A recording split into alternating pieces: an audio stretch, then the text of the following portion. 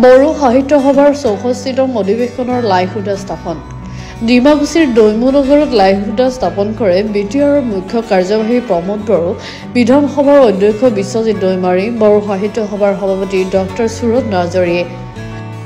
পানেৰী বিধানসভা সমষ্টিৰ বিধায়ক প্ৰতিনিধি জোচৰাং বড়োৱে হাত ধৰা অনুষ্ঠানত উপস্থিত থাকে এবছৰৰ সভাপতি দীপেন বড়ো, বড়ো সাহিত্য সভাৰ সভাপতি ডক্টৰ সুৰজ নাৰ্জাৰী, অসম সাহিত্য সভাৰ ওদালগুৰি জিলাৰ প্ৰাক্তন সভাপতি গৌৰী শংকৰ দাস, প্ৰাক্তন বিধায়িকা কমলী বসুমতাৰী, বিটিচিৰ কাৰ্যবাহী সদস্য দাওবৈচা বড়ো, বিটিচিৰ পাৰিষদ ভৱেন্দ্ৰ বড়ো, বিটিচিৰ প্ৰাক্তন উপাধ্যক্ষ নেৰচন বড়োৰ লগতে বিভিন্ন অনুষ্ঠান প্ৰতিষ্ঠান দল সংগঠনৰ বিষয়ববীয়া আৰু চৰকাৰী বিষয়া জ্যেষ্ঠ সংবাদকৰ্মীসকল। সোমবাৰে ওদালগুৰি জিলাৰ ভেৰগাঁও মহকুমাৰ অন্তৰ্গত ডিমাকুছিৰ দৈমনগৰত অহা ৯, ১০, ১১ আৰু ১২ জানুৱাৰীত বিশাল আয়োজনেৰে অনুষ্ঠিত হ'বলগীয়া বড়ো সাহিত্য সভাৰ ৬৪তম অধিৱেশনৰ লাইহুদা স্থাপন কৰে।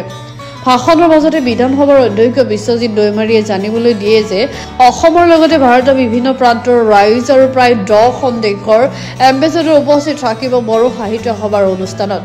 তেল বিভাগৰ লগতে সেনা বিভাগৰ প্ৰদৰ্শনী উপস্থিত থাকিব বড়ো সাহিত্য সভাৰ প্ৰদৰ্শনী অনুষ্ঠানত। তো আজি আমাৰ ৬৪তম বড়ো সাহিত্য সভাৰ যি অধিৱেশন ডিমাকুছিত অনুষ্ঠিত হ'ব, ইয়াৰ লাইহুদা স্থাপন কৰাৰ এটা অনুষ্ঠান আছিলে, যিটো আমাৰ সকলোৰে শ্ৰদ্ধাৰ আমাৰ বিটিচিৰ CM প্ৰমোদ বড়ো ডাঙৰীয়া, তেখেতে আজি মুখ্য অতিথি হিচাপে সেই অনুষ্ঠানটো সমাপন কৰিলে। তেখেতৰ হাতেদি লাইহুদা স্থাপন কৰা হৈ গ'ল। ডিমাকুছি অধিৱেশন অকল বড়ো সাহিত্য সভাৰ প্ৰতিনিধিৰ আলোচনাই মাত্ৰ নহ'ব, তাৰ বাদেও আমাৰ প্ৰদৰ্শনীটো আমি গুৰুত্ব প্ৰদান কৰা হৈছে। তাত আমাৰ সেনা বাহিনীৰ ফালৰ পৰাও তেওঁলোকৰ বিভিন্ন যুদ্ধৰ কৌশলৰ লগতে আমাৰ নতুন প্ৰজন্ম যুৱসকলক তেওঁলোকে মটিভেশ্যনৰ এটা ব্যৱস্থা কৰিব।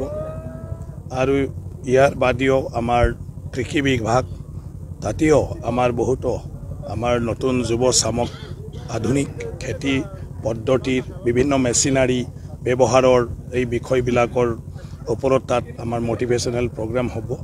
আমাৰ অইলৰ পৰাও আমাৰ ভাল এটা এক্সিবিশ্যন তেওঁলোকে কৰাৰ কাৰণে আমাক কৈছে।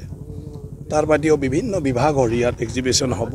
তাৰপিছত আৰু আমাৰ বহুতে নাজানে, আমাৰ ইউনিভাৰ্চিটিৰ head of the department Ismail Hussain ডাঙৰীয়া আছিলে, আজিও তেওঁ গুৱাহাটী ইউনিভাৰ্চিটিত বড়ো বিভাগৰ প্ৰবক্তা হয়।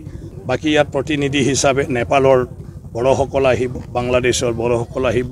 বাংলাদেশৰ বড়োৰ লগতে যিমান আমাৰ অসমীয়া মূল খুঁটিৰ মানুহ আছে, তাত আছাম বুলি কয় জাতিক বাংলাদেশৰ ৰাঙামাটিত আছে, তেখেতসকলকো আমন্ত্ৰণ জনাইছোঁ, তেখেতসকলেও আহিব। অনুষ্ঠিত হ'ব 3দিনীয়া কাৰ্যসূচীৰে, আৰু এই কাৰ্যসূচীটো ঐতিহাসিক হ'ব বুলি মই আশা কৰিছোঁ। আজি ইয়াৰে লাইহুদা স্থাপন কৰা হৈছে। ইয়াত আমাৰ বড়ো সাহিত্য সভাৰ সভাপতি ডক্টৰ সুৰজ নাৰ্জাৰী ডাঙৰীয়া আৰু লগতে আমাৰ অভ্যৰ্থনা সমিতিৰ সভাপতি আমাৰ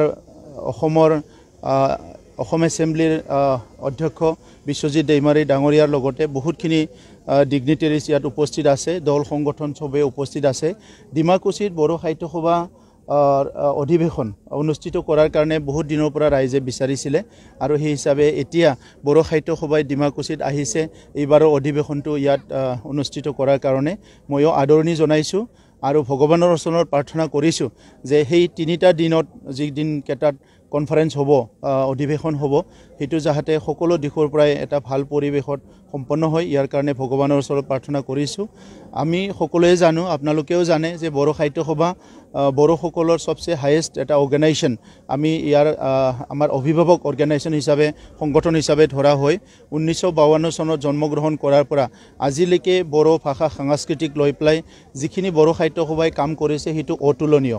গতিকে আজিৰ সময়ত বড়ো ভাষা বিশ্ববিদ্যালয়ত আজি শিক্ষা গ্ৰহণ কৰিব পাৰিছে, গৱেষণা হৈছে, বহুতে সাহিত্য একাডেমি পাইছে। অকল বড়ো নহয়, বিভিন্ন জনগোষ্ঠীৰ লোকসকলো বড়ো ভাষাত আজি গৱেষণা কৰিছে।